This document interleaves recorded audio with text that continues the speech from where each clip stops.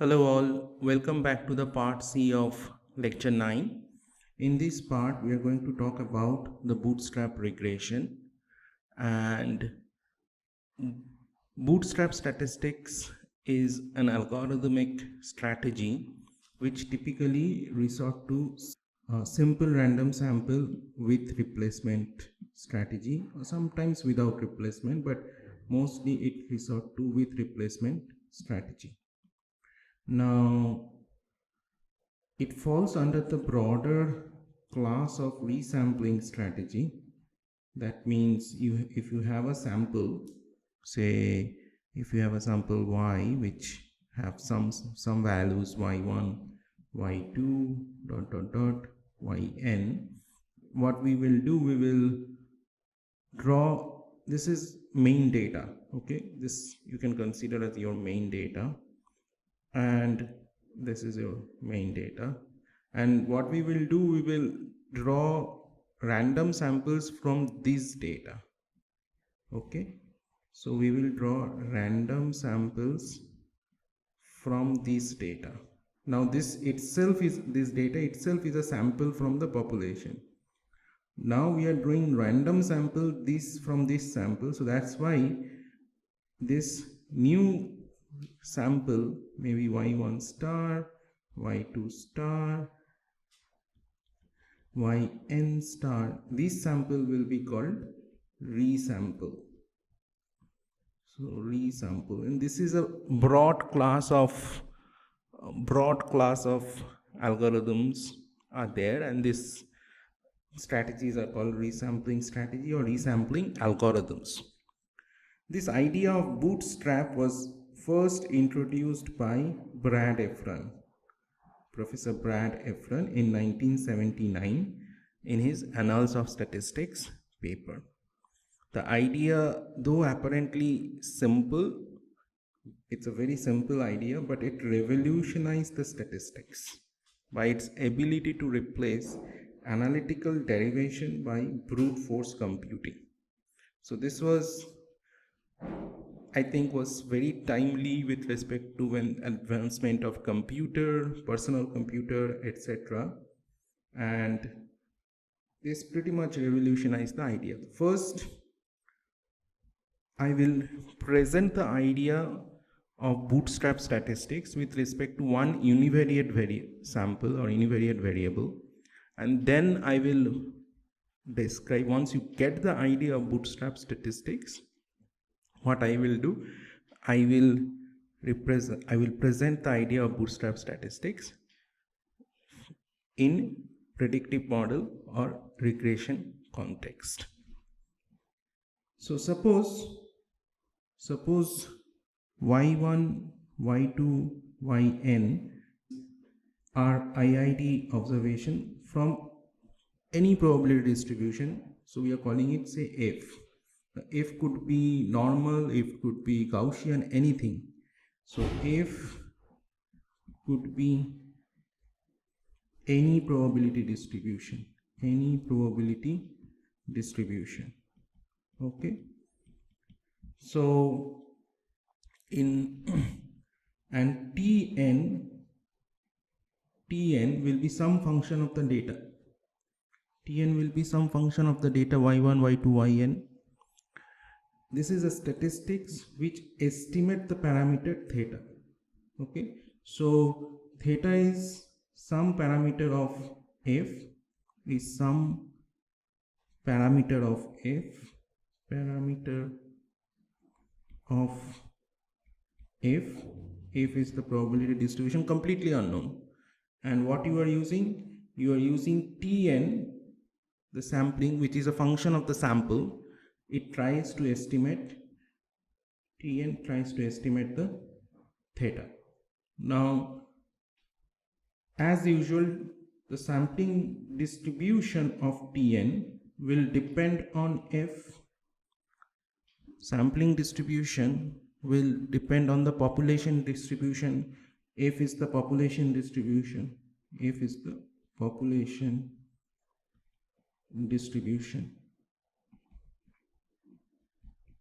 So the bootstrap idea is in simplest form is to estimate. So F is unknown, the population distribution is unknown.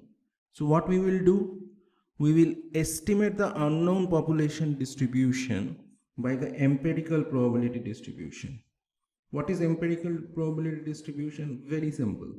Empirical probability distribution only is defined as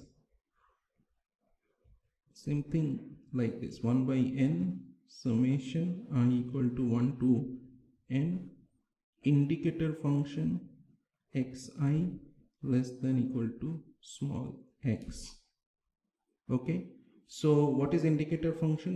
Indicator function is, if condition A is satisfied, then I will call 1 or 0 if A is true, 0 otherwise. So that's how it is being defined. It's a simple function. You can define it. It's very easy, just like, you can write a for loop and define the function in any program. It's just like 3 lines of code. So the empirical CDF is, and here is the big result. The big result tells you, big theoretical result that tells you that empirical CDF of Fn, CDF that, this function is a non-parametric maximum likelihood estimate of the CDF, unknown CDF. So if you have an unknown probability distribution, the best guess that about that unknown distribution you can make is through this particular distribution, empirical CDF Fnx 1 by n summation xi indicator function summation xi less than equal to small x. This empirical CDF, you can code it in like, single, pretty much, in 3 to 4 lines. That's it, 3-4 lines of our Python code or R code. So the bootstrapping based on this empirical CDF is called non-parametric bootstrap. Now, bootstrap statistics is, suppose y1, y2, yn are IID observations with CDF F, and Tn y1, y2, yn is a statistics which estimates the parameter theta. Okay, so since the empirical CDF is the non-parametric MLE of CDF, now what we can do, we can draw sample from Fnx. This empirical CDF, we know how to draw sample from empirical CDF. This is simply, now turns out that drawing from empirical CDF is same as drawing sample, IID samples from your data, y1, y2, yn. That's it. So that is why the resampling comes in. So you draw sample from, if you draw resample, that is, if you resample from y1, y2, yn, suppose that comes y1 star, y2 star, dot, sorry about that, let me just a little bit write it carefully, y2 star, dot, yn star. Suppose this is the resample data from y1, y2, yn. Now these resamples are basically same as drawing sample from empirical CDF, which is maximum likelihood estimate for unknown probability distributions. And hence we can draw as many times, we can repeat this resampling as many times as we want. So that is the main idea of bootstrap statistics. So let me explain you the bootstrap framework now.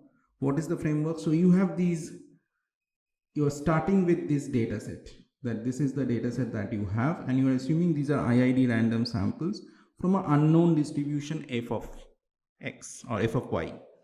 Some unknown distribution f, completely unknown, you have no idea. It could be normal, gamma, log normal, you have no idea.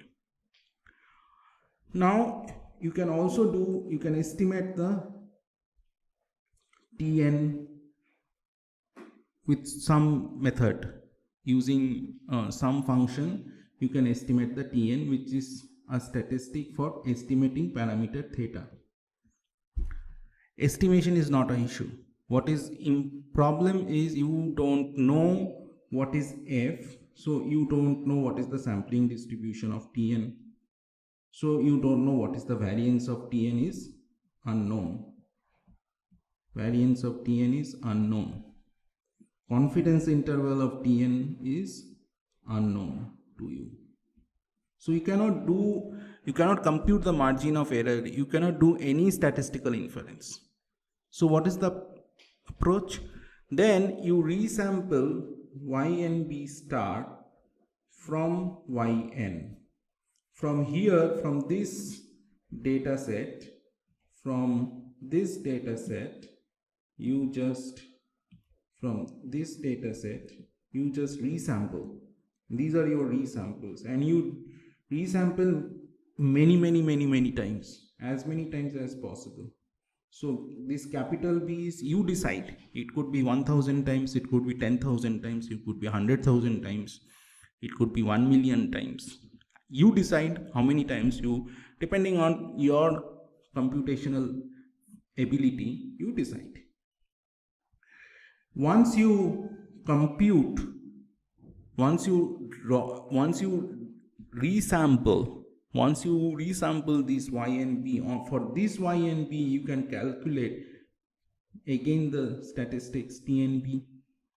So for each resample B, we can compute this TNB star, and once I get all these TNB stars, so I have this resample estimate of TN1, TN2 star, TN3 star, all these estimates, TNB star.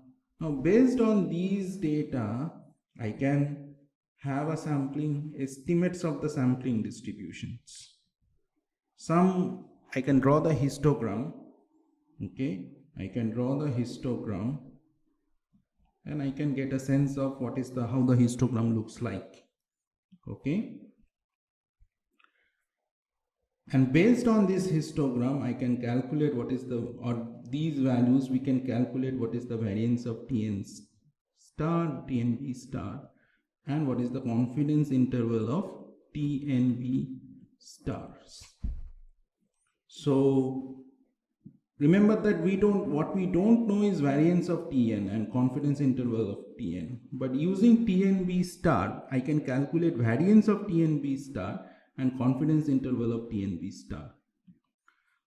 Now, so let me repeat the Bootstrap framework again. So from the main data, we resample the data, and for each resample we compute the statistics, and based on statistics, so there's basically Tn1 star, Tn2 star. For each resamples we compute Tn capital B star. Capital B, you decide, user decide, it could be 1000, 10,000, whatever. Now based on these computation, you can take the average of these guys, you can calculate the variance of these guys, you can calculate the confidence interval of these guys. Now you can also define empirical distribution GB, this guy's scaled GB. So all these things you can do.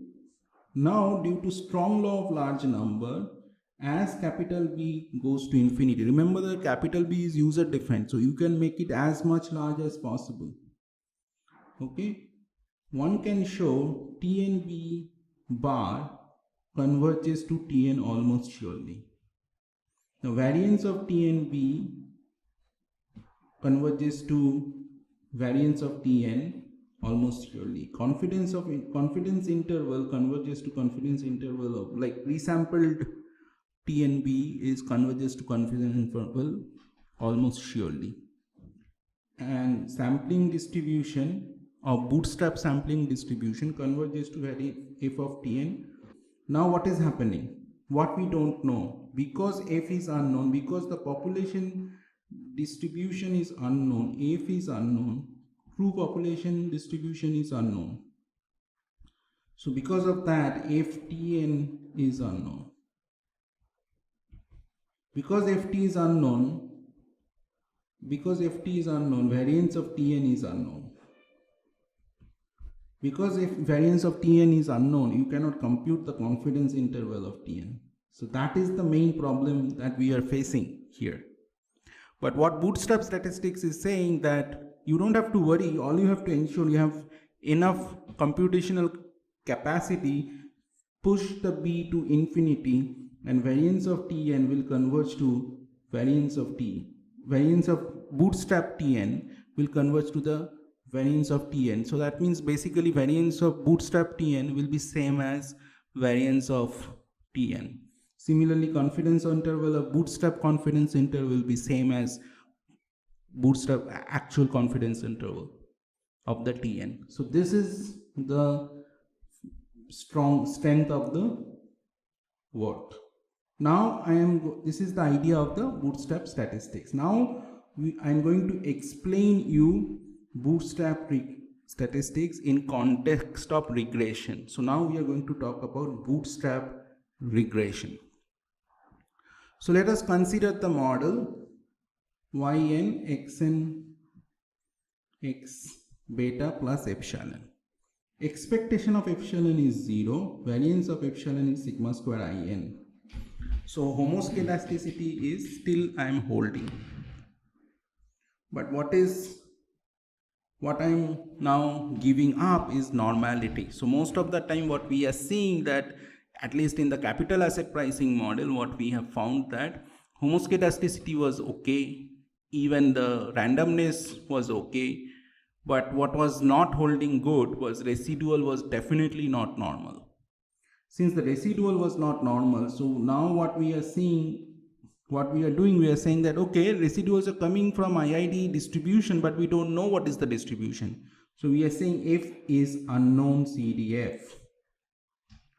Since f is unknown CDF, we cannot do any inference on beta. So we can estimate the OLS estimator. OLS estimator is all you do is x transpose x inverse x transpose y. That not a big deal. You can even calculate variance of beta in hat, sigma square x transpose x inverse y, but you cannot do the confidence interval. You cannot calculate the confidence interval. So that is where we are getting stuck. So what to do? So what we can do is we can look into the residual. What is residual? Residuals are epsilon equal to y minus x beta in hat. We can error equal to this, and error equal to ei equal to yi minus xi transpose. It should be not epsilon, it should be ei, because it's observed. We are using x beta in hat here. Now what we can, so we can have these observed error. Now suppose fn is the empirical CDF of these error, okay, small e. So now what we are saying that, all right, these E star, EB star follow IID fn. Then EB star is resampled from E using SRS with SRS WR, where B equal to 1 to B capital B could be anything, any big number, 10,000 or 100,000 maybe, yeah, whatever. Now you calculate, all you have to do, just you know what is x beta in hat, just add epsilon EB star, then you get a new response YB star. And once you get the YB star, all you have to do, you get estimate the resample coefficient. You can estimate as x transpose x inverse x transpose yb star with a new response, new bootstrap response. But turns out you can write it as beta n hat, which you already know, plus x transpose x inverse x transpose is eb star. Okay, now x transpose x inverse x transpose you already know, right? So eb star, all you have to do is multiply, and that will give you the beta n star hat. And one can show that expected value of beta n hat star bootstrap is beta n hat. One can show that. It's not a very difficult thing to show. So wow, what is my bootstrap estimate? Bootstrap estimate is simply you take the average of all these resampled estimates and calculate the variance of all these resampled estimates. Okay, so this is my bootstrap estimates. Now this is, and based on these bootstrap estimate and bootstrap variance, you can do the simple statistical inference. Now there is no problem because you are not even making any assumptions. Now there is another approach. This method was called residual bootstrap regression. Okay, this method was called residual bootstrap regression because you are doing resampling the residuals. You are resampling the residuals. Okay. Now suppose, but you are assuming that your homoscedasticity holds good. Homoscedasticity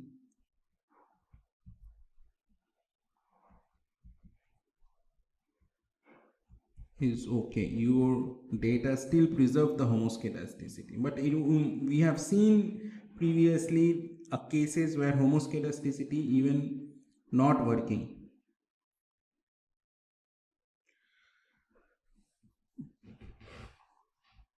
Now there were cases where we have seen, there were case studies where we have seen that homoscedasticity was not working. In that case, you cannot use residual bootstrap regression because residual bootstrap regression still assume that your data has homoscedasticity. But if the homoscedasticity doesn't work, then you better go for paired bootstrap model. In the paired bootstrap model, what you do is very simple. So you are assuming y, same model, y equal to x beta plus epsilon, but now you are assuming variance of epsilon could be any sigma. It could be any sigma, and y I xi star are following if some unknown CDF. Now from the DB, from the data size, you just resample the yi star xi star as a pair. As a pair you resample, and you resample many times, and do it for each resample. You have to calculate these OLS estimates. Remember that in this case what will happen is the OLS estimates are not necessarily you have to calculate this inverse all the time. In the residual, in each resample you have to calculate this inverse, but in residual bootstrap you don't have to calculate this inverse because you do it once and you are done. All you have to do, you have to just draw the residual sample and add this to the residual sample. That's it. Okay, so in this case, but you have to do this, and then the simple bootstrap estimate and confidence estimates and variance and confidence interval can be done in the regular way. So if If the residuals are heteroscedastic, then paired bootstrap is still consistent estimator, and you better use paired bootstrap and try to avoid the residual bootstrap. However, in case of heteroscedastic residual, the residual bootstrap is not a consistent estimator. So be careful about this. So here is some example that what we found that in the OLS estimate with the simple Z t-value based regression analysis, which assumes the residuals follow normal distribution, in paired bootstrap case, what we found is that the bootstrap estimates is actually converging to the OLS estimates. So in that way, estimates is not a problem and almost close to the both alpha and beta, very close to the OLS estimates. Standard error can also be somewhat similar, but little less in this case. However, and we can compute the confidence interval. Perhaps this is the correct confidence interval given for the OLS estimates, given that we are assuming that the original distribution could be anything, the residual distribution could be anything, whereas this was assuming normal, and we found that the normality is not a valid assumptions. And in the paired bootstrap, you don't even need the assumption of the homoscedasticity. So this is an interesting thing. So here is the histogram of the paired bootstrap regression. The sampling, you can say this is the bootstrap sampling distribution. Bootstrap sampling distribution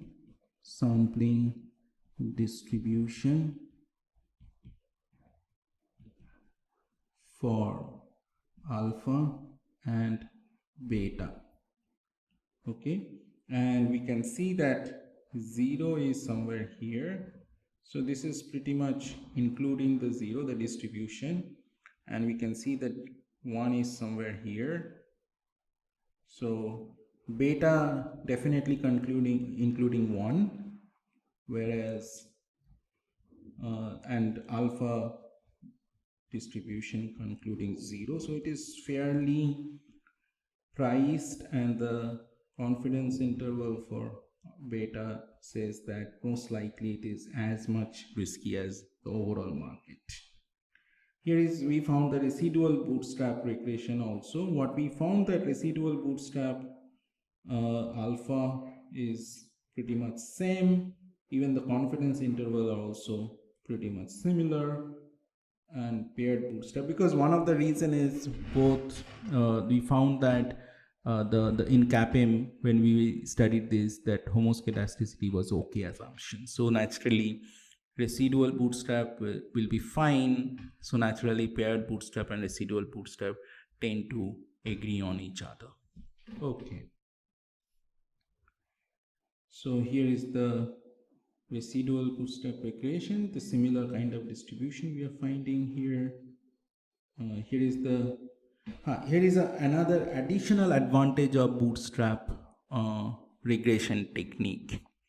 So in OLS method, if you just use OLS method with the normality assumption on the residual, the R square turns out to be 0.345. Okay, now because you have bootstrap samples, in each bootstrap sample you can calculate the R square, and so you can find a confidence interval for R square, which regular off the shelf regression analysis cannot produce. So off the shelf regression analysis cannot produce the regular R square,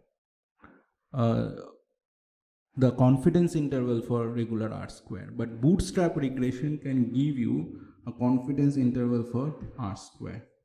Okay, so this is an advantage of bootstrap regression idea.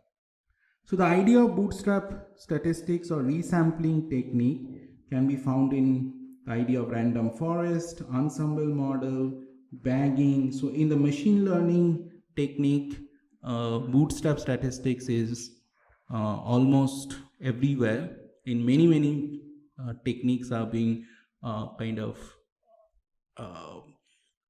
of inspired by the bootstrap statistics.